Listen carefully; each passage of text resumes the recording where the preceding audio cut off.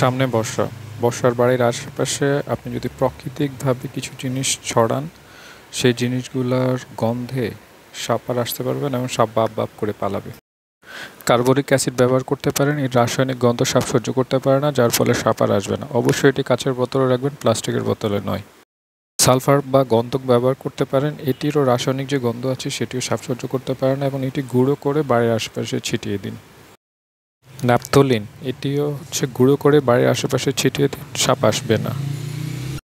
লাইবোসাবান ব্যবহার করতে পারেন। এটি কার্বলিক অ্যাসিড বেশি থাকে।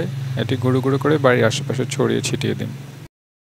আমরা অনেকেই জানি না সাপ রসুনের গন্ধ সহ্য করতে পারে না, তাই রসুন আর পেঁয়াজ একসাথে পেস্ট করে পানির সাথে মিশিয়ে বাড়ির চারপাশে স্প্রে করে দিন। নিম পাতা এবং তুলসী পাতা পেস্ট করে পানির সাথে মিক্স করে বাড়ির চারপাশে ছড়িয়ে ছিটিয়ে দিতে পারেন। লেবু, ভিনেগার এবং দারুচিনি একসাথে মিক্স করে বাড়ির আশেপাশে স্প্রে করে দিন। কেরোসিনের গন্ধ সাপ সহ্য করতে পারেন, এটি ব্যবহার করতে পারেন। অ্যামনিও গ্যাস ব্যবহার করতে পারেন, এতে সাপ আসবে না। আরও কয়েকটি করণীয় রয়েছে যেগুলো আমরা ভিডিওর নিচে ডেসক্রিপশনে দেখে নিচ্ছি।